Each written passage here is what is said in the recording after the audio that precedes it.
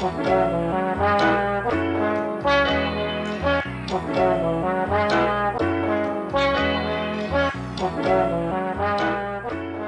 right, everybody, we're back again. Another episode of This, That, and the Other. We got some crazy things going on this week. Some crazy things happened this past weekend. By the time you see or hear this episode, it'll be 2 weekends ago. But we just had the All-Star game. We just had the Beyonce concert. There was some World Cup shit. There were some WWE events that happened in Atlanta. Atlanta was fucking crazy these past 2 weekends. I'm glad I no longer live in the city, so I didn't have to deal with that shit. But on top of everything else, Beyonce, of all people, our guess, maybe it was her publicist or her choreography, somebody in Beyonce's team got their car broken into, and a bunch of unreleased shit from Beyonce got stolen on a laptop, which I'm just going to say, you're in Atlanta, you got to be smarter than that. And on top of that, why the fuck are you going to keep a laptop with that much valuable shit in your fucking car of all places and then park it in downtown Atlanta and expect for shit to be sweet?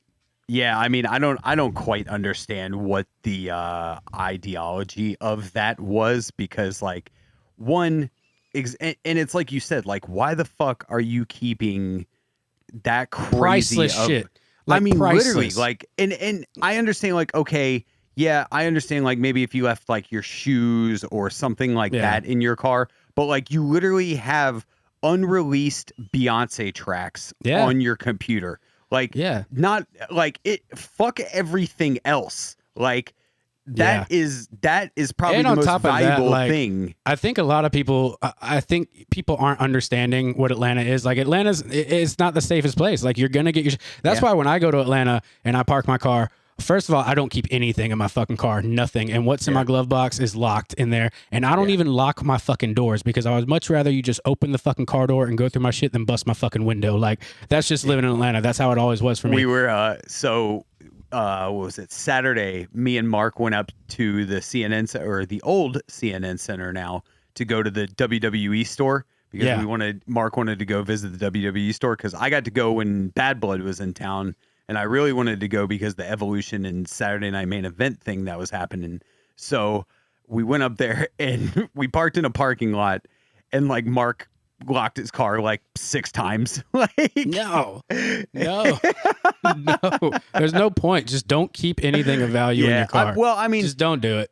It wasn't like it was one of those, like, I'll say safe parking lots in Atlanta. Like, it was literally one like directly across the street from the building, like, it was one of those buildings. It wasn't just some random like alleyway. In Atlanta, dude. No, there isn't. That's why I say safe, because like, we all know, like, if your shit is in Atlanta, like, you can still get fucked up. Like, and it doesn't matter. I think people underestimate what Atlanta is. You know what I'm saying? Like, that's exactly what it is. Like, yeah, you're in Georgia, you're in the South, but you're still, like, Atlanta's changed in the past couple of years too. It's not the same city it used to be. But so it can happen to anybody, even Beyonce. And I thought the funniest part about it was whoever's laptop it was that got stolen, they were telling the police, they were like, yeah, I have Find My On, because it's an Apple device. They're like, I have Find My On. I can show you where it is. And the cops are just like, nah. We don't care. We're not. It's not that we don't care, but like, you think a cop's going to walk into that shit? Like, if they're ballsy enough to steal from Beyonce's team, like, no, dude. Like, and no, also, we're not dealing with that. That's on you, dude.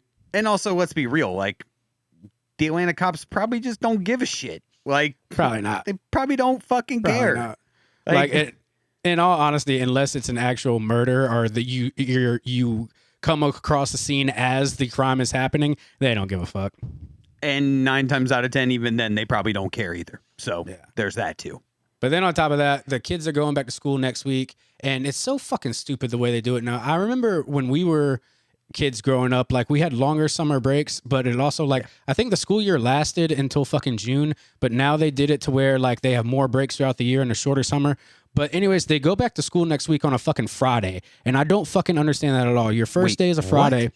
Yeah, their first day of school is a Friday, and then boom, it's the weekend. So you can't even get into a pattern. You can't even get used to going back to school. Wait, you have school on a Friday, and then it's the weekend again. Yeah. The first day of school is on a Friday. So it's like Friday, and then boom, I'm back at home for 2 days. It's the weekend, and then you have a whole week of school to look forward to. Like, I can understand starting it on a Wednesday or something like that, but dude, like, literally, you're wasting my time. I have to go through all this shit to bring them to school on Friday just to have the next 2 days off of fucking school. That's fucking idiotic, dude. That doesn't make any sense. Yeah. I mean, I do feel like there were probably some of those days back when we were in school, because, like, I could probably think of a few times that we probably went back to school on like a Thursday or Friday. Cause I do know for a fact, like I do remember there were times that like we would go in for like a Thursday, Friday, and then it would be the weekend. Yeah. You're like, And at it's least funny 2 because days. like That at least my gets you in parents, more of a routine. yeah. But it's kind of funny, like, because my parents back then would say the same thing that you're saying now. So it's kind of funny to hear you saying it now as a parent. Yeah. And you're like, why the fuck is this happening? So, But it's just dumb. And I mean, on top, Yeah, like part no. of me just wants to be like, fuck that, dude. You're going to go to school Monday. You know, like why I mean, even dude, waste you my know time? how many parents are probably going to do that? Probably a lot. And I don't blame it at all. yeah. Well, no, you can't, because now, dude, they've gotten so fucking strict on like tardiness and truancy, like straight up to the point where like you're going to have to like go to court and appear in front of a judge if your kid misses too many days of school and shit. I remember, It's I think ridiculous. that started happening like when I was in high school. Yeah. I think is like when that started happening. Like if you missed like a certain amount, like your parents had to justify why you missed that many days in school. No, I remember in high school it started happening because my mom like cracked down on me hard and like lectured the fuck out, because I got caught skipping so many times, but it's to the point where like a truancy officer like contacted her and like she was in trouble because I wasn't at school. So it happened. It's a real thing. Really? Yeah, dude. Yeah. Damn. It's been like that for a while. But anyways, let's get into the episode that we got. We got our buddy Blake Mercer on, who was a semi-pro skateboarder growing up. Now he's an airline pilot. He was also a fucking rally car driver. Lived a very interesting life. Can't wait for you guys to hear the fucking interview. He actually had a buddy out there visiting him who was in town for a Tony Hawk vert competition who made a brief appearance. So anyways, let's get into the interview. Hope you guys enjoy it. All right, we're going to try this again. We just tried to do an interview with my buddy Blake. I forgot to hit record, so we're trying this again. Anyways, ladies and gentlemen, let me introduce you to my buddy Blake Mercer. He's a commercial airline pilot. We've been friends for about 12, almost 15 years. We're in a fantasy football group together. We are in a group chat where we talk every single day. He now lives out in Utah, so it's good to catch up with him, and let's see how he's doing. How's Utah treating you, Blake? Oh, Utah is great. It is hot here. We've been in nice. the high 90s all week, so we're indoors or going to the mountains. Okay, so you didn't really trade the heat as much as you did for the humidity. Is it a completely different monster out there when it comes to 90 degrees? It's not too bad. It is hot, but as soon as you go in the shade, it feels cool. But yeah, Okay, the classic trope, it's not the heat that gets you, it's the humidity. It's true. It's very true. Yeah. So That's how I because feel. it's fucking brutal right now. Like it's gnarly down here right now. Because the like thing is, there's no I'll wake shade. up. None of it helps. No, and I'll wake up and it'll be 70 and I'll already be sweating, and then by 3 o'clock it's our 90. You know, it's Georgia 90, and you want to rip off all the clothes you have and just stand by a fucking air conditioner. Yeah, it unit. says It's like fucking brutal. We'll get like 93, 95 degrees, and then you look at what it feels like, and it's like, Yeah. They'll say 98, 106. 101, 106. And Yeah. I always, when I was working in film and stuff, I always felt bad for the West Coast guys, because you'd get guys from like LA and shit who come out to Atlanta, and it would be like June, and it would be like high 80s, and they'd be sweating their balls off, and they'd be like, "Oh man, is it always this hot outside?" I was like, "Bro, just wait till we get to August. Like this ain't shit yet, dog." Yeah, they're like, "What the hell is this?" But There was also this one time it's good, dude.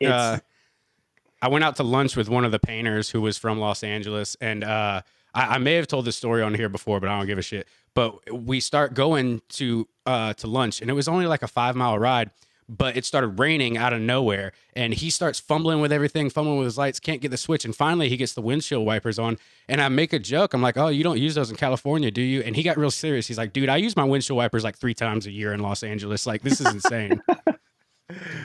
God, must be nice. But do you get rain a lot in Utah? We're considered high desert. That's why our snow is so good, because it's so dry here, and we're at a high elevation. So we're like 4,500 feet at my house here. Oh, Jesus. Damn. Holy shit. Yeah. So it's definitely different. We do get a little bit of rain in like May, June, but like I think it's rained maybe 3 times here this year. Does that mean like your greenage and like your foliage and everything is vastly different than it is on the East Coast? Yeah, it's pretty brown out here until you start going at higher elevations where it's cooler, and then there's snow melt. So all the snow that melts turns everything up there green. But down here in the valley where I am, like super low on the bad side of town, it's pretty brown. That's something I've never like really appreciated it because, like I said, all the West Coast guys would come over and they'd be like, "Oh, there's so much forestry here. There's so much green. It's so beautiful." And I'm like, it's nothing new to me. It's just fucking Georgia. I see this shit all my life, but I've never even been to the West Coast, so I don't really know the transition from our, forestry to theirs. And I guess it's something worth mentioning if you've never seen it before. Dude, you got to come out here. I keep telling you, I'll fly out. I know you will. I know you will. Come visit. I had the opportunity. It will blow your mind the kid. first time. Yeah, I had the opportunity when I was a kid. I went to a snowbird in Alta when I was a kid. Went snowboarding for the first time. Fucked my ankle up really bad trying to snowboard down a mountain. I definitely should not have been trying to go down on my third day of snowboarding. I ride snowbird. That's a tough mountain. It's steep. So as a first timer, I think I was place, like it's not 14 years old for first timers. But no, I definitely want to go out to the West Coast. And one thing I always see on social media makes things look different than they are. But like driving through the dunes and shit in Utah, is it really like that fucking breathtaking the first time you do it? It really is. And the good thing about Utah is like we do have it all. We have incredible mountains for snowboarding. It's beautiful up there. We have a whole area like the Great Salt Lake National Park. It's and the Salt Flats. Like going out there, it feels like you're on the moon. It's insane. And then you go south, and you get into like the Red Rock area where the arches are and stuff. And then there's the dunes, and it feels, it's just this state has everything to offer. And I can say that Georgia didn't really have. It has its things, but like I really love like Jekyll Island. The Georgia coast is beautiful. The moss in the trees and all that. That is one thing I try to tell people. Like, I try to tell people like Georgia. People, first of all, it bothers me that people forget that Georgia's a coastal state, and it's because most people live their lives, in central Georgia and don't venture out. But like Georgia is a coastal state, and we have the beaches, we have the mountains, we have everything, but we don't have the landscape that Utah and the West Coast has. We don't have deserts and shit out here. So I guess that's the only thing. We don't have crazy mountains from the coast to like the Tennessee border. It's really awesome down here, and it's really awesome up in North Georgia, and then in between, it's just like pine trees. Weird Georgia. I can see nothing but pine trees and nothing but rock and soil that you can't dig in. That's all. Dude, the red clay. I don't miss the red clay on all my stuff. But speaking of Utah having everything that Georgia has, you guys now have real beer out there. I guess that's a new thing because I always knew two things about Utah and the Mormons, that the Mormons don't drink alcohol, so there's very high limits on that. But also, I learned recently that Mormons can't drink hot liquids, but they love caffeine, so soda shops are a huge fucking thing. And everywhere, every corner. Yeah, it's almost like the bar scene in Utah. It's just like old school soda shops. Yeah. Like we have one right by my house. It's called Fizz, and the lineup starts at 6 a.m. And there's 30 cars in that drive-through until they close at night. So that's like the Mormon. That's like the Mormon Starbucks then, since they can't have coffee. It really is. It's the Mormon Starbucks. So they're not allowed to drink hot caffeine because the devil is the one that heats it. I'm not making it up.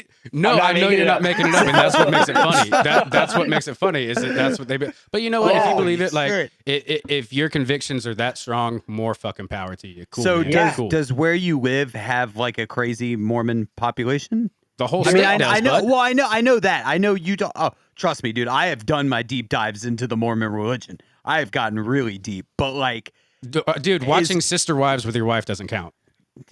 Definitely have never even seen Mormon wives. Never seen a single episode of that. Dude, my wife is deep on the Sister Wives, dude. She knows all their names, all their story. But everything, where you are from still has a crazy like population, and I'm sure it differs throughout the state. Grabbing a freshie. Oh yeah. Yeah. So I actually saw a statistic the other day that said there are now more non-Mormons in Salt Lake City than non-Mormons. Like the city of Salt Lake or the whole state of Utah? The city of Salt Lake. So they're all kind of going south, I think, towards like Provo. Mm-hmm. And isn't it because Salt Lake did that thing where you can't have multiple wives or some shit like that? Yeah. So I don't know a lot about it, but I know that's more like FLDS. two sides. Yeah, FLDS, the fundamentalists. Yes. Those people were kind of like, that doesn't look too good for us. Like, you guys should kind of not do that up here. Go further out and do that. But there's still people that do it. And then I think a lot of people are just like kind of leaving faith in general. I don't know. As people grow up and stuff, they're like, this is a little silly. Not to get into that on I don't want to get into that on podcast. No, dude, it's cool because my favorite thing is then when like people are like, oh, well, I'm still a Christian, but I'm this, that, and they make their own version of Christianity just to still hold on to something. It's like, dude, if you're not anymore, it's fine. Like, I grew up a Christian. I'm not one anymore. I still believe there's something out there that I'll never comprehend. And I don't think I'm supposed to comprehend because I don't think that's how it works. I don't think whatever created the universe should be that easily comprehended. I feel like it should be, it shouldn't be easy to just write in a book and like, it shouldn't be that simple. You know what I'm saying? Yeah.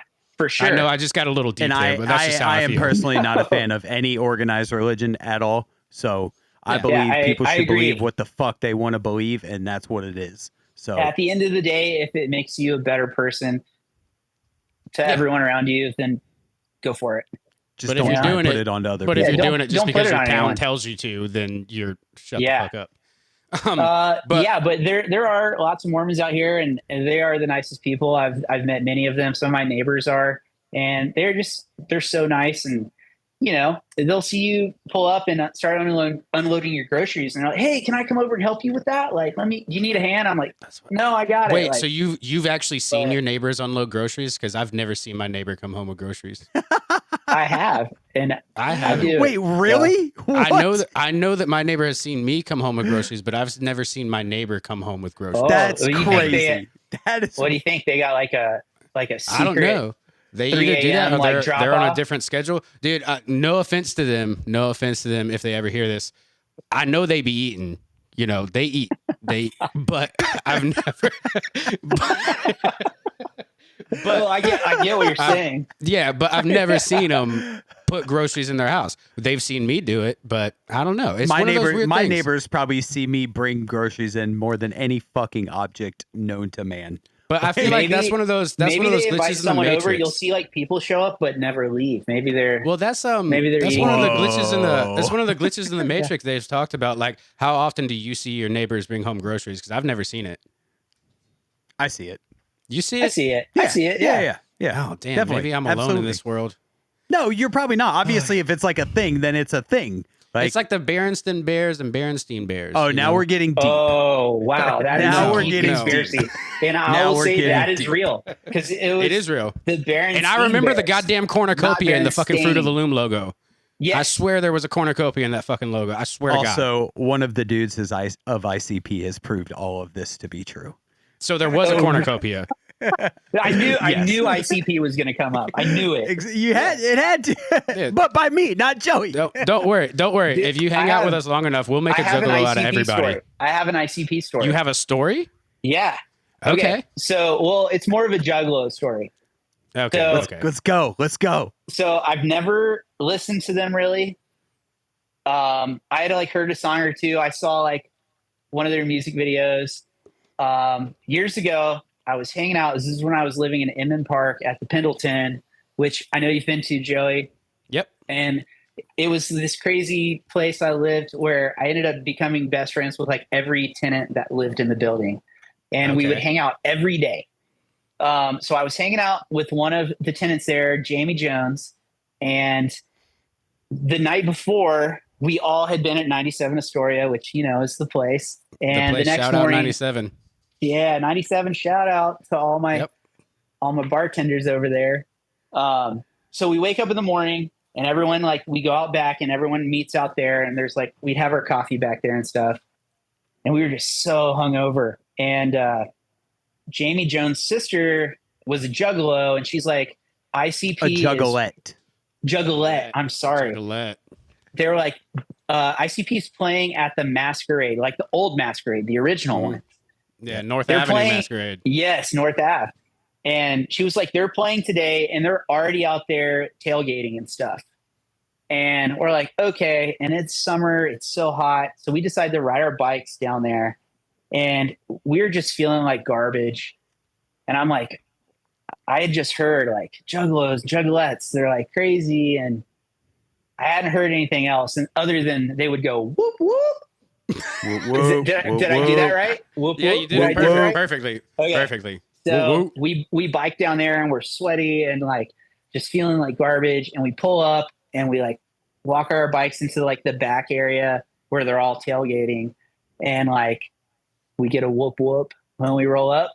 And like we see her and her friends and they're all so nice to us. And they're like asking if we're going to stay. And they hand us Bud Lights, like ice. Oh, it's hell yeah, dude. The coldest Bud Light I've ever had in my life.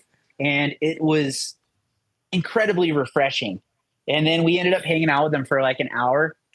And it was just, they were all the coolest people and the best time. And I was kind of like, damn, I kind of want to stay for the concert now, but I guess it was sold out. But with that being said, I never got to see him, but now I kind of wish now I that did. you've been introduced to juggalos, who do you think is a nicer crowd of people, juggalos or Mormons? Oh, juggalos for sure. Hey, because they have beer. They have beer. Yeah, I mean they both love their Faygo and soda and stuff. But you know what? I bet Faygo is pretty. Faygo probably is pretty big in the Mormon community as well. I wonder who drinks more Faygo, Mormons or juggalos? Are they allowed to?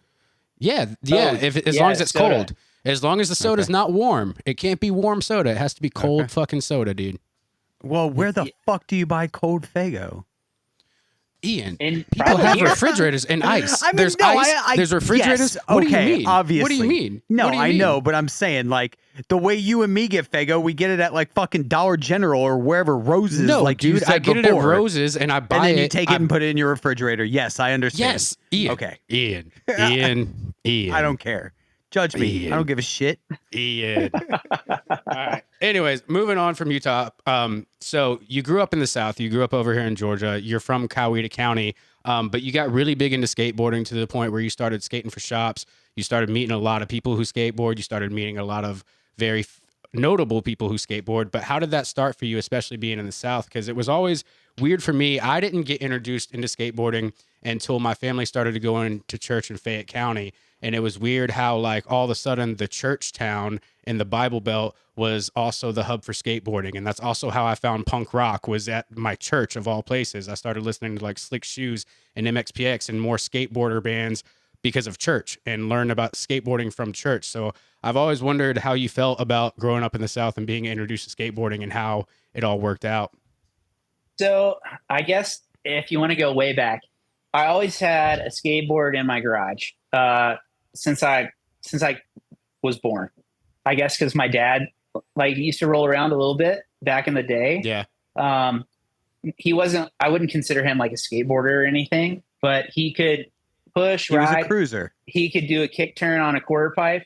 Oh yeah, hell yeah. Yeah. So I know he used to tell me back in my day, and I had to believe him a little bit because I saw him skate, and I think at one point I had a mini ramp, and he did drop in on it.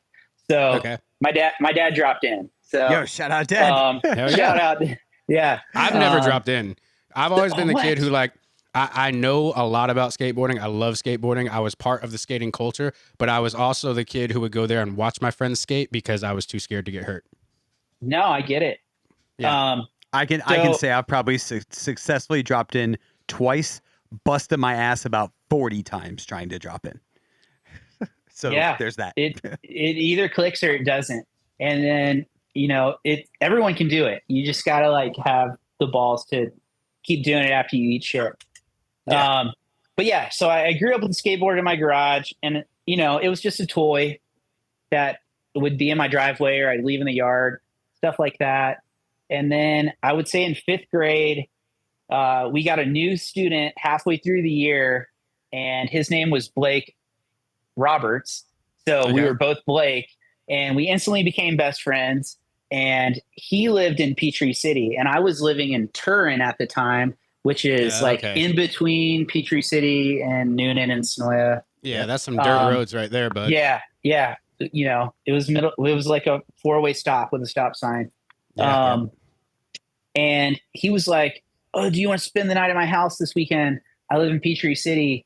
There's a skate park. Do you skateboard?" And I was like, "I have a skateboard, but I like." At the time, I was like BMXing, riding rollerblades, riding the skateboard. I didn't really was it cloned? Were y'all no, going no. cloned? No, it was the shitty ass Peachtree City skate park. Yes, oh, okay. The original one that had the by metal the BMX pipe. track. Yeah. God almighty, dude. I was already familiar with it because I used to go over there and race BMX because I was doing BMX racing and stuff. Yep. And so I was like, I've been there before. So I ended up like going to his house, took my skateboard. We woke up at 7 a.m. the next morning and we went down to the Peachtree City skate park and jumped the fence. And we were the only ones there. And we would just like skate around. And that first morning was like, have you ever dropped in on a skateboard? And he was like, no. And I was like, I haven't either. We should do it. And we both dropped in on the smallest quarter pipe they had. So they still had at this time, they still had the metal ramp, the metal half pipe, but the other ramps were wooden ones. I had been there before on rollerblades when all of the ramps were metal. They had like a launch ramp. They had a little box with a rail off of it. It was all really unskateable. Yes. Yeah, and it was very rough too. But my first time there on the pavement in the skate park was terrible. Yeah, it was so bad, and it was slanted. Yes. Like it was all downhill. I only ever went to that skate park one time, and it was the day that I got my hand tattooed, and I got tattooed at Area 54. So like Jason Lawyer and Puck and everybody went out there, and I just once again just watched them fuck around. But on top of that, I had like a fucking giant gaping wound in my hand because I just got it tattooed. But that was the only fucking time I've ever been to that skate park. Hell yeah.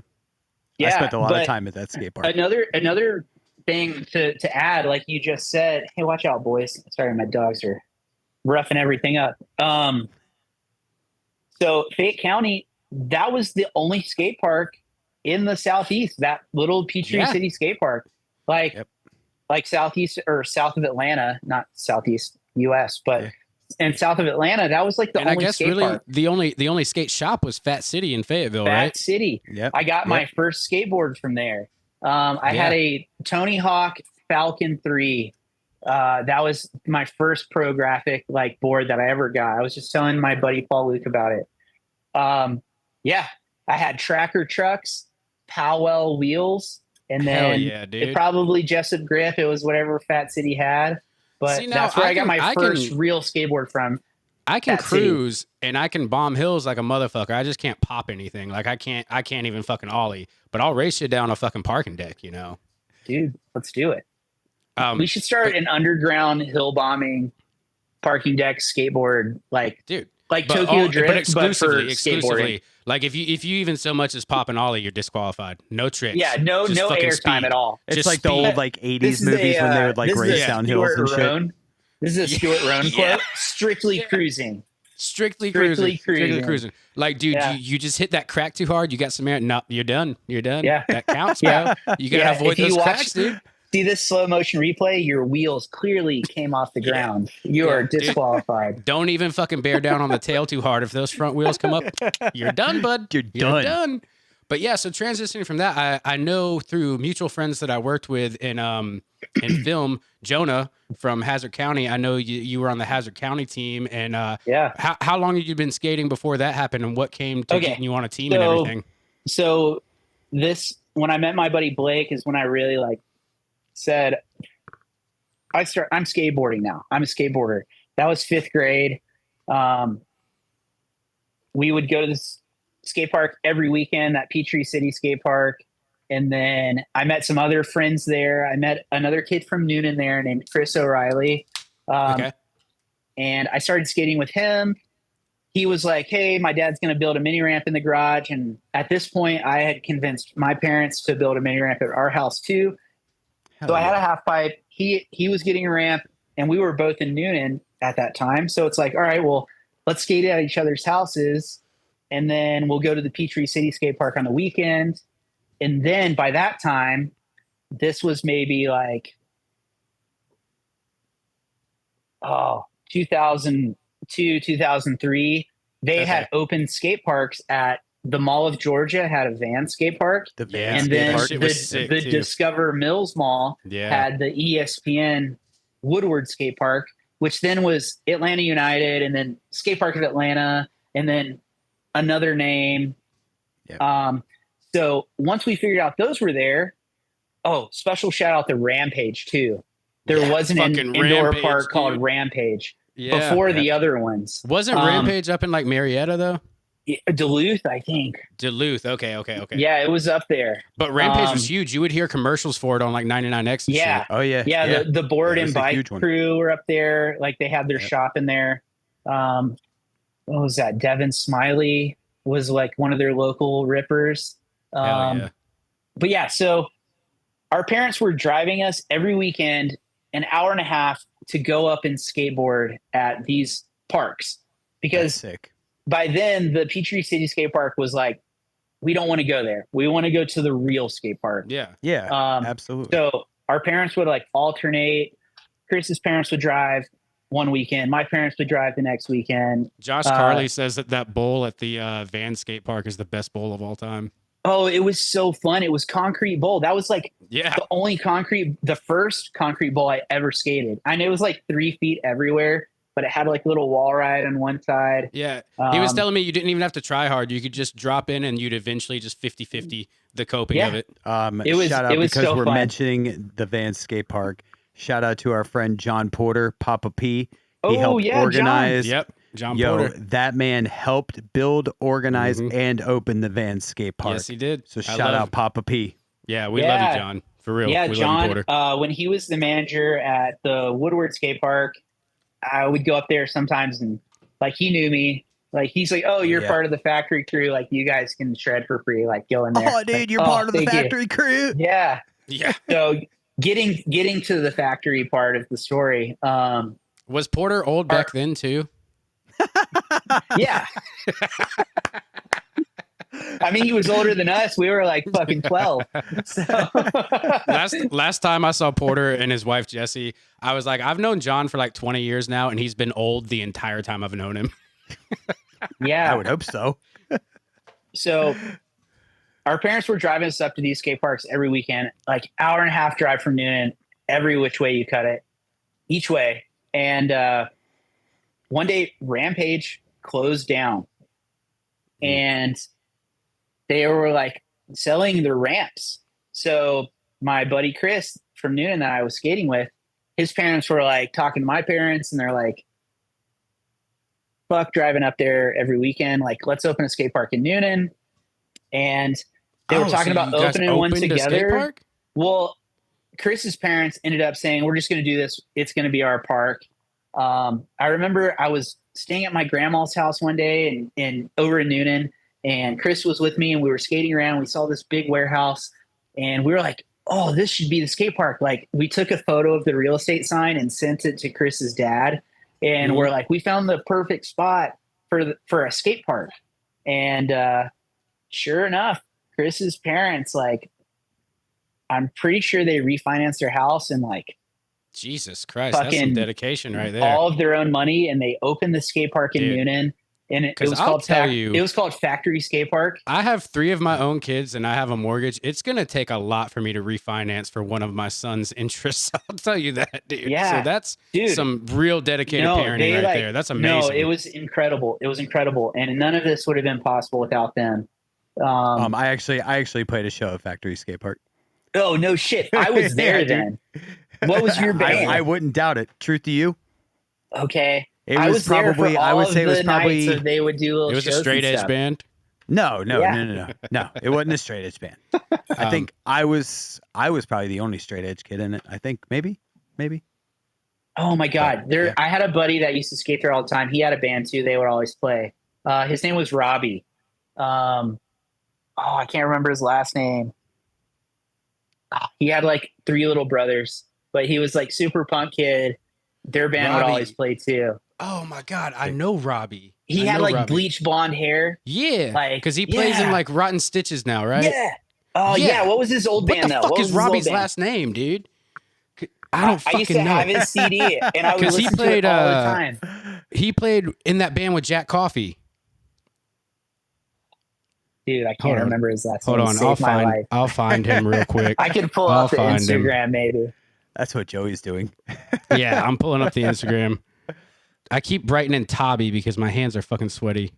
I don't have any fucking air conditioning. Robbie Barnes, dude. Yes, Robbie Barnes. Yeah, Fuck Robbie yeah. Barnes. Yeah. Yeah. So his band used to. What was the name of that band? fucking shred up there. DSK? Was it called Yes. DSK? Yes. Yeah, DSK. Yes. I had a DSK Damn, good CD. memory, dude. Wow. Hell yeah. Dude, Good there we ass go. memory. That's what's up, Okay. dude. Yeah, Jack Coffey was in DSK. Jack Coffey, great friend of mine. Rest in peace. Love that dude to death. He was in DSK with Robbie, and I met Robbie through Jack Coffey and all them. So yeah, dude, Robbie's killing it right now. He plays in a big band right now. Hell yeah, dude. Hell yeah. That's right. So Chris's parents opened Factory Skate Park, and it was like the largest park in Georgia. It was huge, and we had a 13-foot tall vert ramp, which was the only 13-foot tall vert ramp on the East Coast at the time. That Okay, was a hell yeah. massive ramp. Yeah, it was big, and it had That big was transitions. Yes. 40 foot wide. It was a big ramp, and it was the only one like in the whole Southeast. Like Kona had a ramp, but it was only 12 foot. There was another one in South Carolina, but it was only 12 foot. Woodward Skate Park in Atlanta had one, but it was only a 12 footer. Like at this time in vert skating, 13 feet was like the new normal. And also, let me ask you 2 feet this: of when vert. it comes to vert skating, like that extra foot is a shitload of space, right? Like that's a big difference, right? Yeah, I mean, you go stand up there today, and it's still like, oh, this is a big boy. Is Factory still open? No, it's not.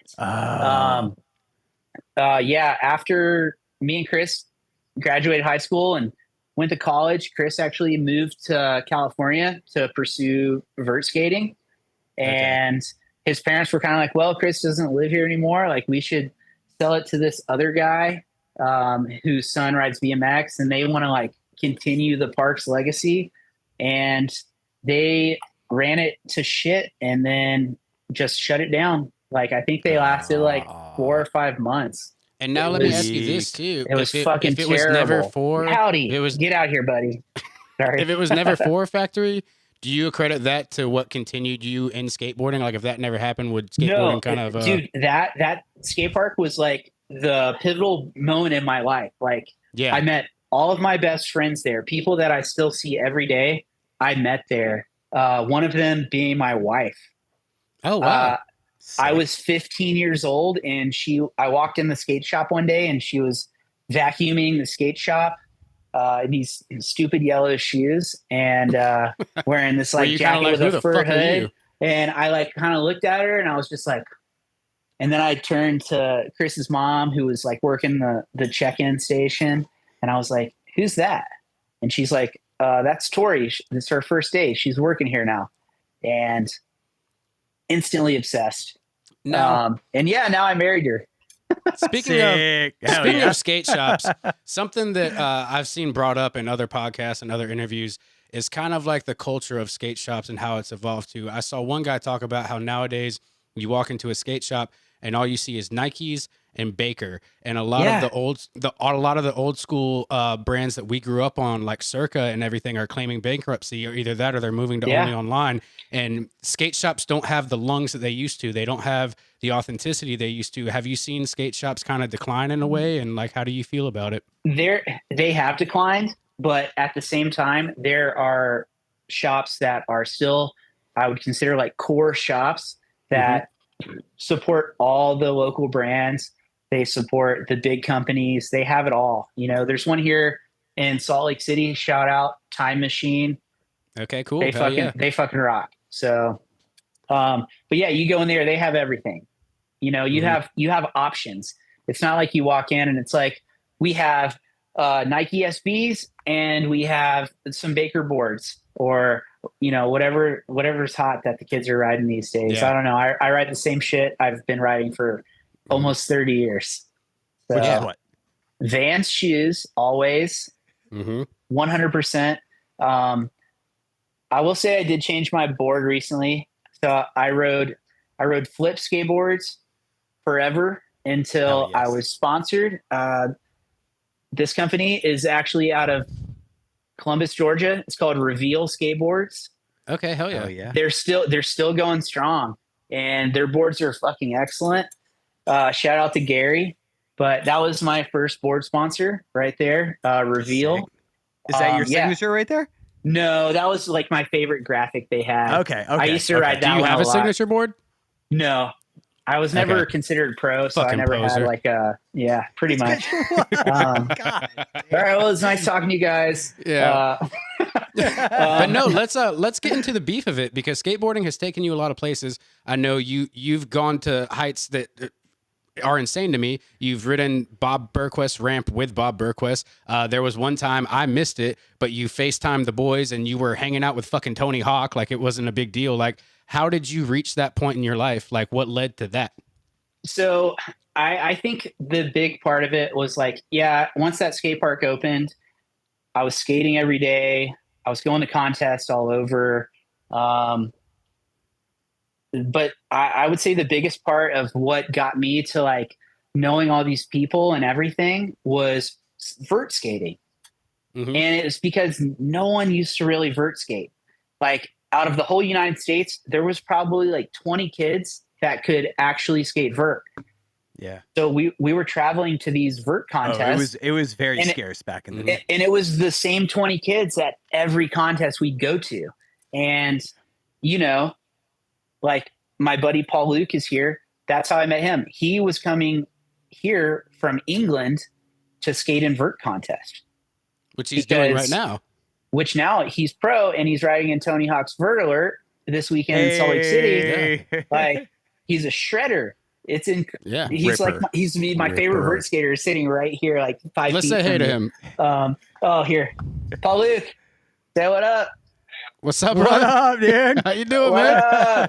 Yeah. My basement's such a mess right now. But see, and that goes back to what I was saying. You've accumulated this life to, like, now you're hanging out with pro skaters and shit. It was all through vert skating, and because there were just so few of us. So, like, we'd go to these contests, we'd meet all these people, and it's like, you're in the circle. Whereas street skateboarding, like, every kid in the early 2000s was street skating, and they wanted to be Jamie Thomas, Chris Cole, all these dudes. Yep. But, like, it's a pipe dream if you're a street skater. Like, how many? I've had somebody explain it to me.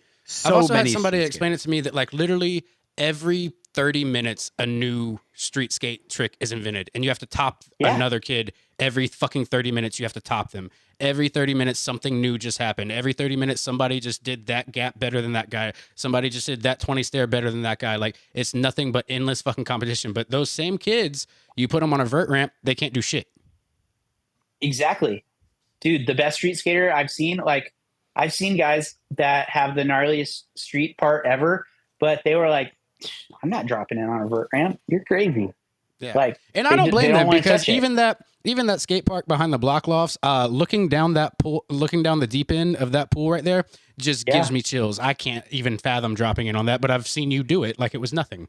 I mean, let's take a prime example of who we just mentioned. Look at Tony Hawk. Tony Hawk is one of the biggest vert rippers known to man. Put him on street, he looks like a freaking Birdman skating on a little tiny board, and it's sketchy looking. He is great. I mean, he is still good at it. He is good at it. But it's go a back completely to the different ball game. Go back to the early days of X Games. Like, Tony Hawk rode the street contest in X Games, and I think he got silver or gold. Do you know, Paul? Do you remember? He may have got first, but I know he was first or second. But, like, in his run, he's like mostly hitting the quarter pipe options, and he like rolls up a bank and does a kickflip and then comes back down. Yeah. Like, the most basic thing ever. But that was street skating at the time, I guess, especially in competition. Like, now they have street league and all this stuff. Where you see street skating in the fucking Olympics, and these kids are doing things that I can't even do on a video game, and it's fucking wild. Dude, think of this. Okay, so I have so many friends that, stayed with it and are pros now. Like, here, look at this. That is my buddy Elliot Sloan's pro model right there. Yeah. Like, it's a birdhouse board. Shout out to Elliot Sloan. Sickest mega ramp in the States. Yes. Yeah, dude. In the world. So, in the world. So, in the world. Like, guess what? They finally said, okay, like, and especially Tony too. He's like been this huge advocate for skateboarding. Like, if you don't like Tony Hawk, I think you fucking suck. Because for real, you do. He's a fucking badass. You do. He's the best. He's amazing, and he's done so much for skateboarding. But we finally got to the point where they want skateboarding in the Olympics. Well, guess what? No vert, no mega ramp. Yeah, it's ridiculous. So like and I don't think you can really gauge, and you can really. The only skateboarder you can name is Tony Hawk, and you're not going to put a vert ramp in the Olympics.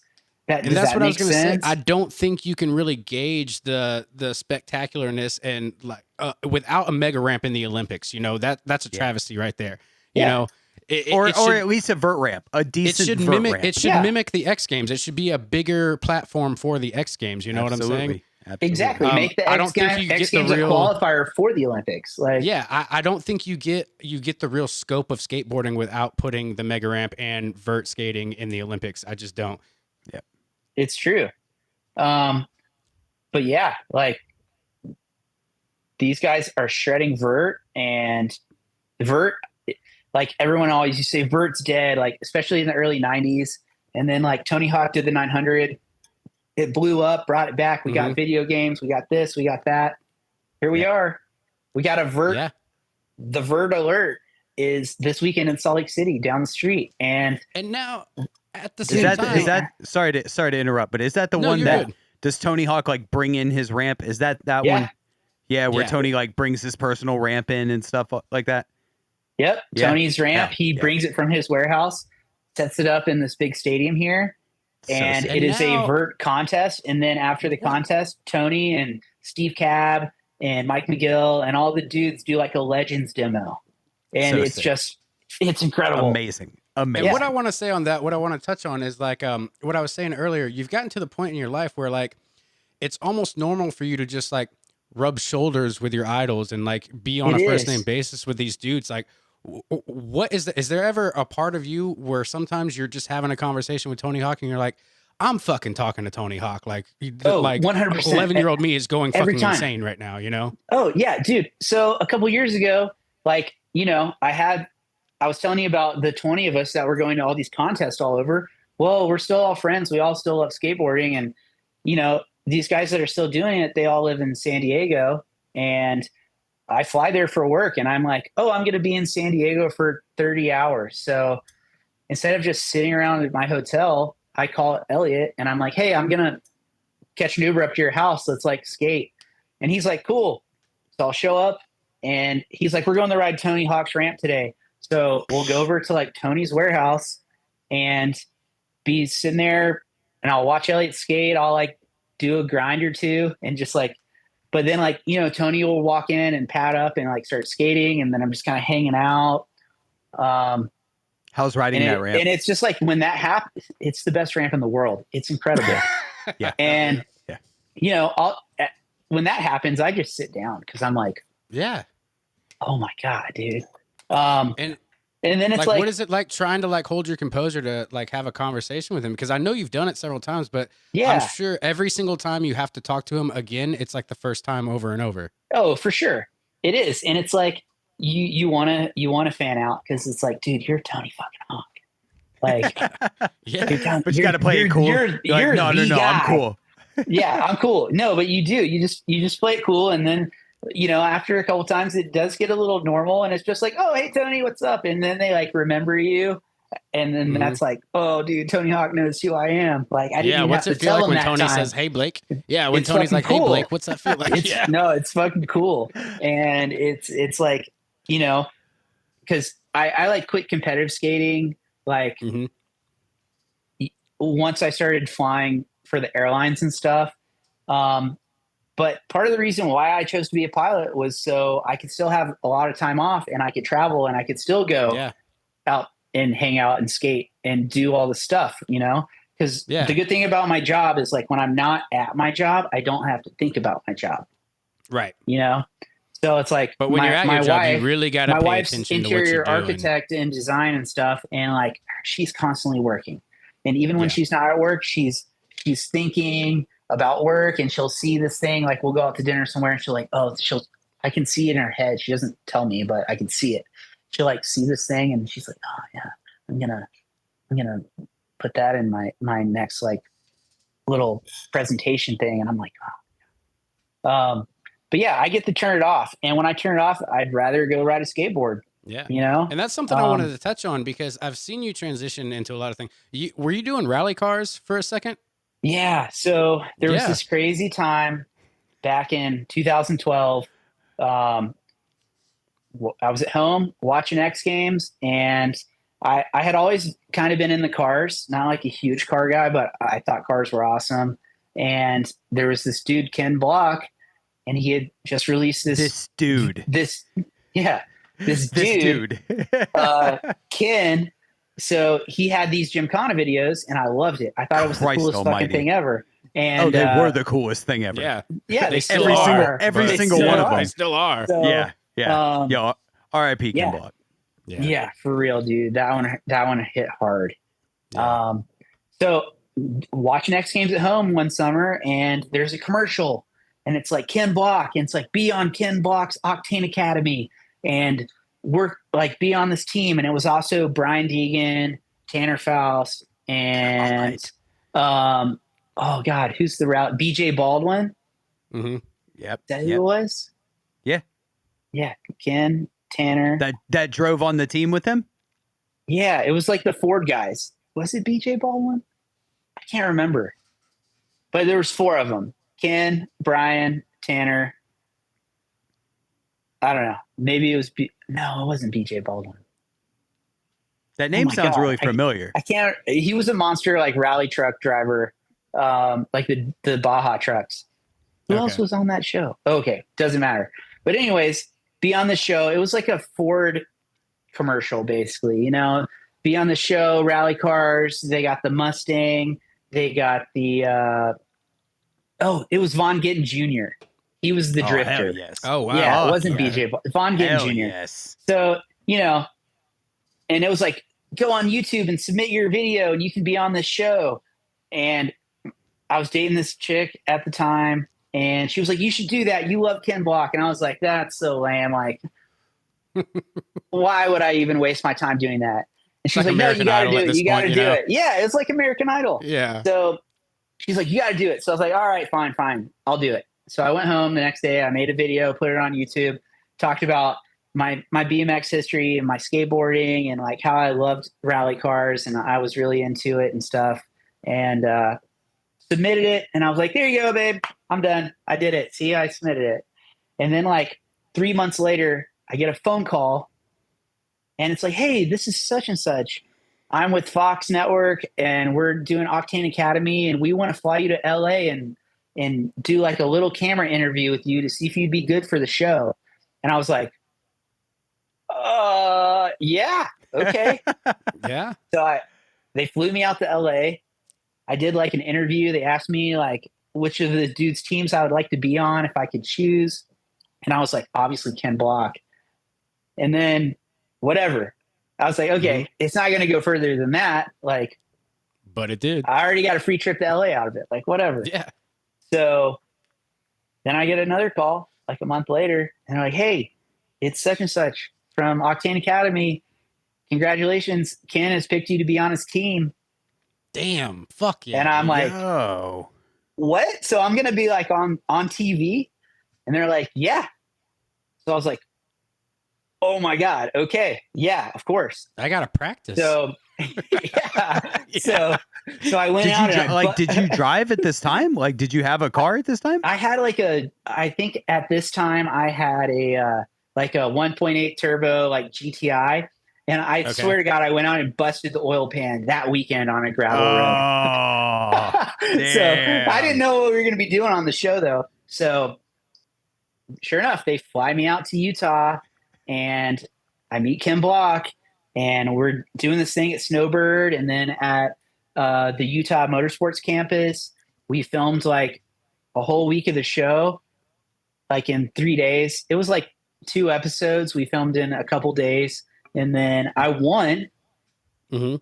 So now I get to go to the finale with Ken. Those episodes are still on YouTube if you want to watch them, Ian. Octane Academy season 1, I want to say it's episodes 5 and 6, and then the finale, because I made it to the finale. So then go to the last episode. Just honestly, skip to the last episode if you want to go look it up. Yeah. So now we're in the finale, and it's me and Ken Block working together against Brian Deegan, his guy, Vaughn Ginn Jr. and his dude, Brian Deegan and his dude. And there's like Ford Fiesta Rally Challenge, Focus ST like sport driving challenge, Mustang Drift Challenge, and an off-road Ford Raptor like race challenge. Jesus and Christ. Did you have to do all of those? Yeah. So Ken was like God. giving me instruction in all of the things. Ken was like teaching me how to do these rally driving stuff. And got to hang out with Ken. We were friends, obviously, at that point. We were hanging out for a week in Arizona. That's where we filmed the finale. And yeah, I ended up winning the finale. So I won. I got to go to the Ford dealership in Noonan with this paperwork and be like, I won a Ford Fiesta. And I got to like open the book and like pick out every option, the color, the wheels. What? Like, throw a roof rack on there. Did you have to pay the taxes on it? Yeah, I did. And I had a really good tax lady at the time. It only ended up being like $1,800. Damn. Yeah. But I got a brand new car delivered from the factory. And, that is sick, dude. So part of the prize was the car. And then I also got to go to Team O'Neill Rally School in New Hampshire for a week. That's where Ken, Travis Pastrana, all of those guys learned to rally drive. So I went up there and I did that. And it was just like, you know, it set the hook deeper. Like rally cars are amazing. I mean, like fucking look, I got my background here on my computer, fucking rally cars. Hell yeah. Yeah. Got rally cars there. I got rally cars here. Oh, I got toys everywhere. It's the coolest thing. And now I'm building a rally car in my garage so I can finally. What are you building? It is a 99 Impreza RS Coupe. So it's like the original 90s Subaru rally car. Fuck yeah, dude. It's a piece of shit, but it's going to be awesome eventually. Yes. Yeah. Hell yeah. Well, one more thing. So yeah. One more thing before we get done, because after this question, I got some rapid fire questions to throw at you. Okay. But let's talk about becoming an airline pilot. What made you choose that career? And so it goes back to skateboarding. So when I was a senior in high school and I hated school, I was an AB student. I did great in school, but I just hated it. I didn't like it. And now, like it was not a to waste cut of you time. off, your parents are airline pilots too, right? They are. Okay. So I remember I came home from the factory skate park one night and my parents were like, we want to talk. And they were like sitting in the living room and like, that's just bad, you know? Yeah. Yes. They're already waiting like, on you. Bad vibes. Like, oh shit, what did I do? Come like, have a seat. How much trouble am I in? And they were like, what do you want to do when you grow up? And I was like, oh, I want to be a skateboarder. I'm going to move to California and skateboard. And my parents, both incredibly supportive. They loved taking me all over to skate contests and stuff. So shout out to them. They loved me skateboarding, and I had the best parents. So they were like, well, what do you want to do? And I was like, skateboard. And they're like, no, you gotta like go to college or something. And I was like, well, I fucking hate school, so I don't want to go to college. And I was like, they were like, okay, well, awkward silence, you know, staring at me. And I was like, well, you guys are pilots. Like, what about flight school? Like, you have a lot of time off. I grew up traveling for free because they're, you know, have travel benefits. And I was like, if I'm a pilot, I can still skateboard all the time and I can travel around and skateboard at all these places. So they're like, okay, you can go to flight school. Like, we support that, but you got to like take it seriously. So I graduated, and then like 2 months later, I moved down to Jacksonville, Florida, started flight school. And The rest is history, baby. I went through like a fast paced program. It took 10 months for me to go to 0 hours, to have all of my commercial ratings. I was a instructor, an instrument instructor, and a multi-engine instructor. I had all of it. And how intimidating is it to take off in a plane your very first fucking time? I know you've grown up around it your entire life, but like when you're actually piloting a fucking plane, that's a lot of fucking responsibility. That's terrifying to me. Yeah. Well, obviously you start off in like the small guys, like the little 2-seaters, and so much is happening the first time that you don't even really know what's going on. You're like rolling and you're like looking at all this stuff. And then next thing you know, you're like going up and you're like, oh, fuck, we're flying. Like, and then, you obviously do it so much. Like at this point in my life, I have probably almost 9,000 hours of flight time. So yeah, now I'm flying this guy, Boeing 737 Max 900. It holds almost 200 people on it. Is what you do right now for Alaska Airlines, do you kind of just go back and forth from Alaska to Utah all day? No, I don't even really sometimes go to Alaska. So we are just like Delta pretty much. We do mostly domestic flying right now. I'm based in Seattle, and we go all over. We go to Atlanta. We go to all the East Coast. But I get to kind of pick where I fly. And that's weird that they call it Alaska if you don't end up in Alaska. Well, originally the company started just up there, and they've expanded and grown. Now it's a full blown airline here. So when you say you're based out of Seattle, does that mean you have to go to Seattle and then you take a flight from Seattle? Yeah. So I catch a ride to Seattle from Utah on Delta, Frontier, Alaska Airlines. I fly up there just as a passenger. Spirit doesn't go up there, but I would take them.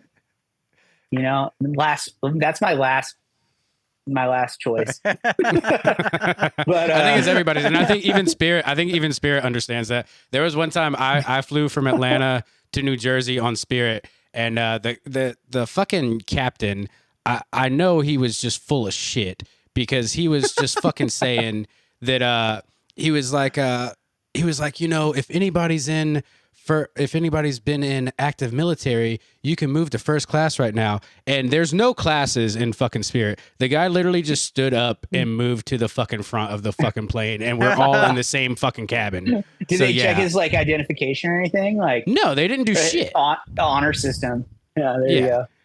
But yeah, so I think even Spirit Airlines knows that they're a fucking joke. Yeah. But that's what got me into it. And then obviously I started doing that, and it kind of turned into like, oh, this is a great job. Like I could be a pro skateboarder. Like, I'm still hanging out with Paul Luke and Elliot Sloan and those guys. And it's like, the grass is greener for sure. Cause I'm on a shitty trip at work, and I see them, and they're just like, they're skating with Tony. And I'm like, God damn it. Fuck, I wish I was skateboarding right now. But then you get home and you get to do it. At the same time, I get to come home and go skateboard, and I take my skateboard with me to work. So I mostly bid to fly to Hawaii. I go to Maui and I go to Kauai, and there are skate parks within a walking distance of our hotels there. So I take my board to work. I get to Hawaii. I go out, have dinner. I wake up the next morning. I go to the skate park for a few hours, come back, hit the pool, and then I get showered, dressed, and then I fly back. So hell yeah. I mean, sounds like a hard life, bro. It's terrible. Dude, it's terrible. Sounds rough. Was there any part of you that was apprehensive about becoming a pilot, or was it something that's like, all right, I'm just going to jump in and do it?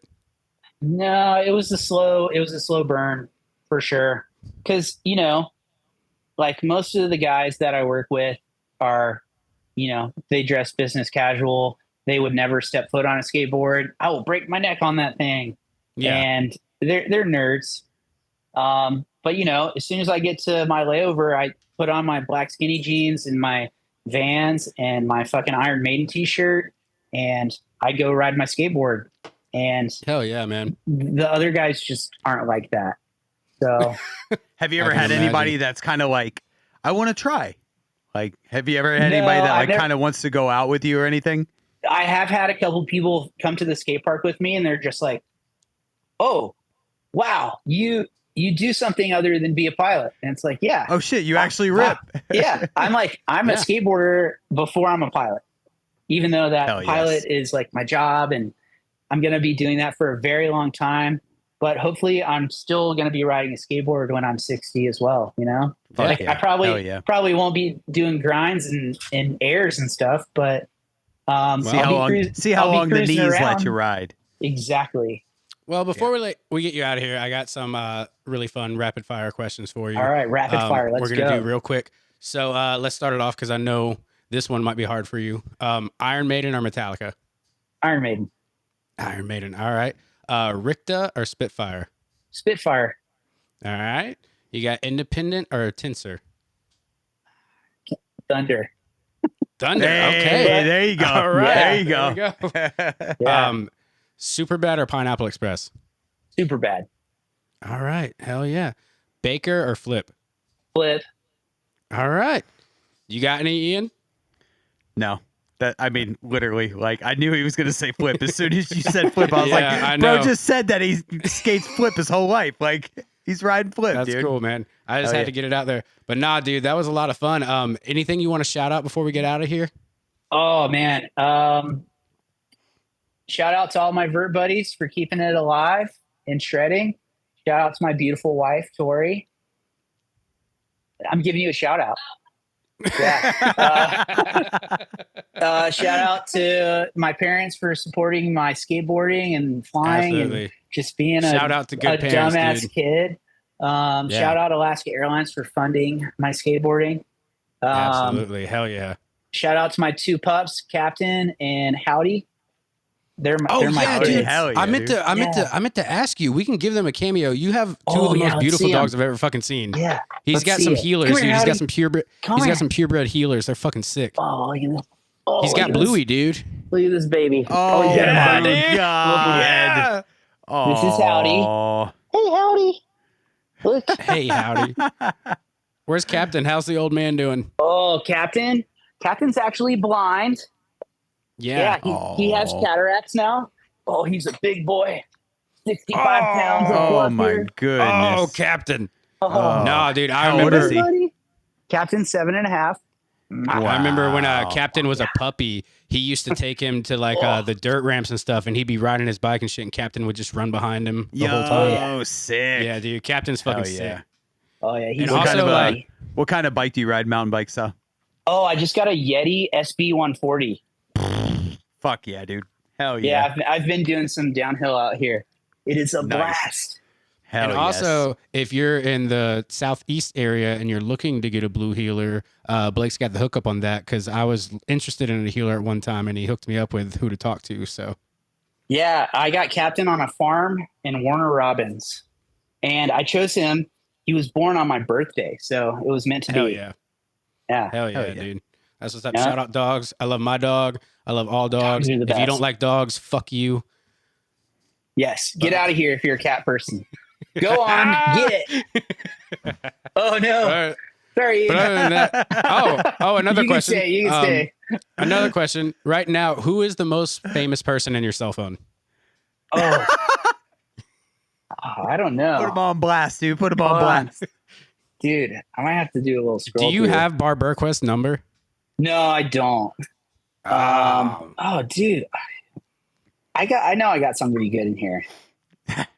I mean, he's sitting right next to you, dude. It's pretty big one. That is a pretty big one. I name a vert skater. Like, do you got Bucky Lasik in there? I don't have Bucky's phone number. Who's the famous? The old school. Who's the most famous phone person? Who's the most famous person's phone number? Do I probably have? My wife. Yeah, that's right. Yeah, good answer. Leave it at that. Perfect. Leave it at that. Sasha Grey. No. Okay, that's a good one. There you go. There you go. My wife's like, who's that? Yeah, you know who that is. Yeah, that's a good one. All right, man. Well, we're gonna get out of here. We can continue this on Zoom. We'll just stop recording because it's good catching up with you, and we'll talk some more. We'll talk to your homie who's hanging out with you too, but we'll do that off camera. That's an exclusive for just us. Yeah, dude. Thanks for having me on. Like, this was a blast. I love the podcast. Man, I wish we could have got in depth on like everything. We skimmed so much, but well, dude, the thing is, there can always be a part 2. Is the best. There can always be a part 2. Always be a part 2. Yeah, Smash I know you're a busy like guy. Button. Smash that fucking like button. Like and subscribe. Here. Like and subscribe. If you're in Utah and you're not listening to us, fuck you. Exactly. Get out of here. Go back to California. Yeah, go back to drinking that non-alcoholic beer, you fucking loser. If you skateboard, you can come here, but if you're just like moving here, get out of here. Oh, is it the new Atlanta? Is Salt Lake getting full like Atlanta? Oh yeah, dude. I think all the old people that live in California that have like $8 million houses realize that they can get a farm out here and like, live the Yellowstone dream. Dude, that's what's happening in Georgia. So now it's not just Atlanta, like surrounding areas of Atlanta are getting bought up. Like, dude, I live in a suburb of Athens now, and I got my house for relatively cheap. And I've only lived here for 3 years, and now there are houses being sold for $1.5 million like down the street from me. It's like, what the fuck? That's insane.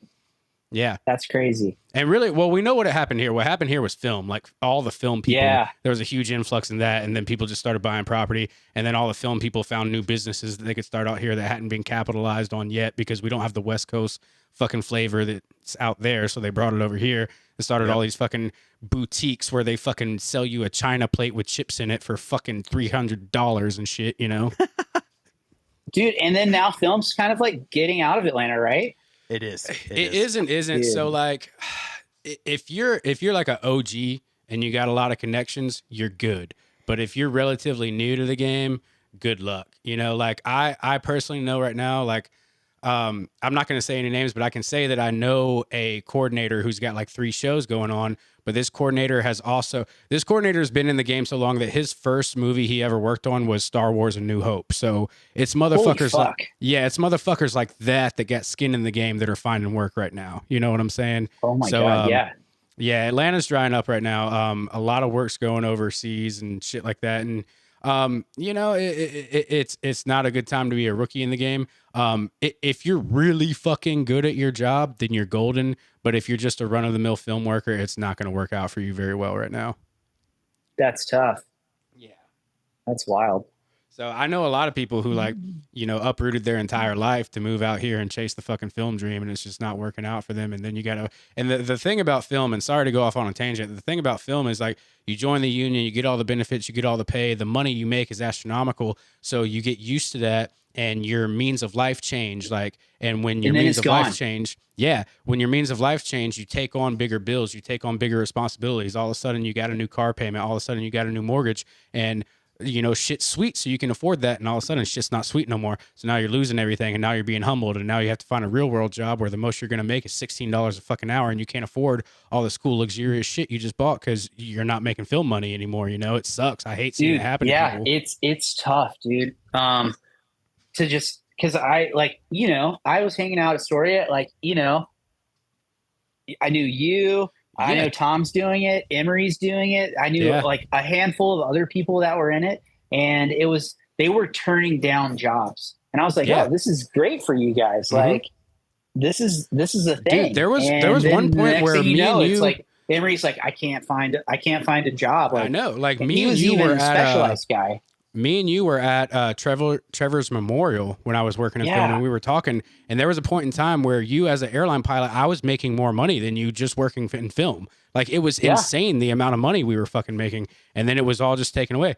And on top of that, we're all shithead degenerates. None of us held on to any of that money. None of us set up accounts or IRAs or fucking put the money away. We fucking spent it. That's what you do, Yeah.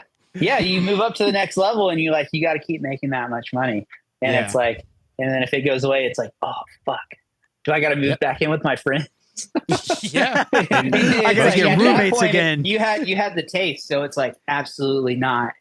I just have to do this now. I have to find 5 more jobs. So yeah. It sucks. But yeah, once again, we're saying goodbye again, and we might start talking again. Goodbye. But no, it was always good catching up with you. You always been a good. All right, no, Dude, we are going when's to our talking. draft? When's our draft? That's exactly what I was getting at. We've been playing fantasy football together for about 10 years now. Okay, so we started when my son was born. That's when you joined the league. My son turns 10 this year. So it's been, this year will be 10 years that we've been in the same league together. Have you learned anything about football? No, I yet? haven't been in it for 10 years. Somebody left, you joined late. I came in. Okay. I So think you've been Alex in about Morales 7 left, years. Yeah, and Alex then I came back. But Alex and is then back Alex in the is group back chat. now. Yeah, he's back in the group chat. Is he back in the... Jake was out. Jake left. Yeah, Jake left. But let me ask you this. In the 7 or 8 years you've been playing, have you learned anything about football yet? A little bit. hey, I'm not gonna lie. My first 2 years, I had my wife do my picks for me. I know this because Tori actually likes football. Yeah, Tori likes football, and I didn't know anything, and she like knew the players, knew stats, knew all this shit. Yeah. So I had her I know you know what a tight end is. The last two, got him. So the last. Yeah, it's sitting right over here, judging me. Oh, we got the confetti. Hey. She's looking at me like, what? Yeah, so I have done my picks the last 2 years, though, and I almost won, but fucking Tom beat me because I had this trade that I wanted to do with Jake, and he had the guy I needed. And Jake's like, I don't even know my login, blah, blah, blah. I was like, Jake, you got to find it like by this afternoon. The game is tonight. Like, I got to get this guy from me. Dude, he's like, yeah, I'll give him to you. The thing is, you were in that same situation. You were in that same situation 2 seasons before that because you were about to go to the final and you wanted one of my guys, but I was salty that I didn't make it to the final. I was like, nah, I'm keeping him. I'm keeping him. Joe was like, fuck you. No. Jake was like, yeah, I don't even have the app on my phone.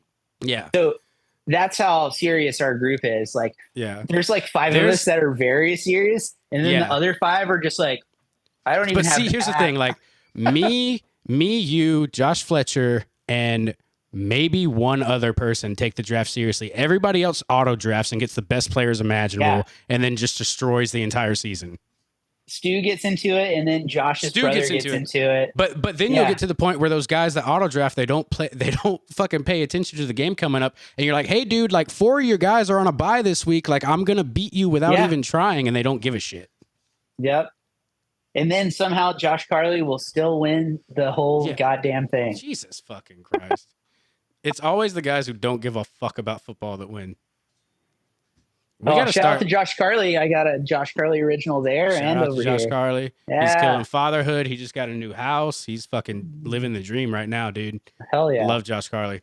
But we gotta figure out an award system and a fucking punishment system in our fantasy football. We gotta spice things up. There is a trophy floating around somewhere. There is a trophy. I don't have it because I haven't fucking won yet. We do need the punishment system though. We do need a punishment, and it has to be for last place. And because I know I won't get last, so I won't get last either. But also with your airline hookup, it could be a really fucking good punishment. Oh yeah, let's fly him somewhere and have him. I don't know. Drop him in the middle of the desert. What is the least desirable destination to fly to? Oh, Myrtle Beach. Oh, no, dude, Myrtle Beach rips. They got Crazy Horse. They got Calabash Shrimp. Like, they got Gay Dolphin. Have you shopped at Gay Dolphin? No. that was on the south side. That was on the south side. I don't know about that. It's Joey's favorite place on earth, Myrtle Beach. God. Haven't you heard? Oh my God. Dude, there's a song by a guy named Sonny Ledford called Myrtle Beach, and it perfectly encapsulates Myrtle Beach. Okay, I need to listen to it. And it's the worst song ever. Yeah, you should listen to it after the podcast, dude. Are there 2 guys getting arrested in it? Because probably. They talk about everything in Myrtle Beach. They talk about getting a pot leaf, rebel flag boogie board. They talk about it all. Hell yes. Hell yeah. All right, so we're gonna say goodbye again. Okay, all right, and it's for real this time. But I do want to fly out there and see you. So we got to make this happen. I really want to enjoy that. How far? Oh God, I'm not done talking. How far of a drive is California from Utah? Like if I went out there and I wanted us to have like a real fucking trip, like how would we map that out? So, well, Vegas is 5 hours from here. If I go to Vegas, we I feel can like fly I here, will lose everything. drive to Vegas, and then Vegas we can go to California. Like what? I 4 will. hours? I will tell you, it's a good thing I live in a state where they don't allow real sports betting because I would bet my fucking life away. I am a gambler through and through. So okay, we can skip Vegas. Oh no, but he's still betting, ladies and gentlemen. Oh, it's you know what we should do? We should find out when, because we all like baseball too. We should find out when there's a good Mariners game, and there's Atlanta. Yeah, dude. There's Atlanta Seattle flights on Alaska, and I can get you guys super cheap. Okay, yeah, let's do that. I don't know. And the we Mariners can just meet in Seattle and go do the Mariners and Braves don't there. play that often, but it would be nice to go to a neutral game just so I can see another fucking ballpark. Dude, that'd be awesome. Yeah. If I could go to a Mariners game, dude, that'd be fucking sick. Hell yeah. Ian doesn't give a fuck about baseball, but I'm sure he'd like to come. I bet if we flew to Seattle, fly to Seattle, see a Mariners game, and then we just drive to Portland and fuck with Jake. Yes. We could just set tents up in his backyard. Yeah, that would be the dream. And also you can there. You can legally smoke crack in Portland too. So I mean, who knows? Yeah, you guys can do that. I'll skip that part. Oh, that's wild. Can you legally smoke pot in Portland? Yeah, absolutely. Yeah, they do everything down there. It's crazy. Jake was explaining to us where they've gotten to the point where like the cops don't stop you from doing anything in Portland anymore. Like you can shoot up heroin in front of a cop and they will not take you to jail. That's crazy. Yeah. It's the Wild West out there. Jake says it's very interesting to live there right now. That's insane. It is insane. Yeah, it's a wild place. Yeah. Is it the wild? I guess that is West. All right, yeah. All right, anyways, we'll get out of here. We'll stop recording. All right, thank you so much, Blake. Dude, thank you. Thank you guys, man. Thanks, dude. That was a blast. On. Absolutely, bro. All right, there you have it. It was great catching up with Blake, learning a little bit about Utah, learning about his life. That was a lot of fun.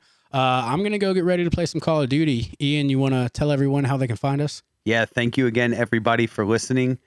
We know that was a long interview, but it was a very fun interview getting to know Blake. Thank you, Blake, for coming on. And thank you for introducing us to your friend. Thank you again, everybody, for listening. Genuinely, thank you.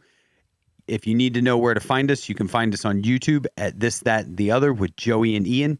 Again, that's This, That, and the Other with Joey and Ian.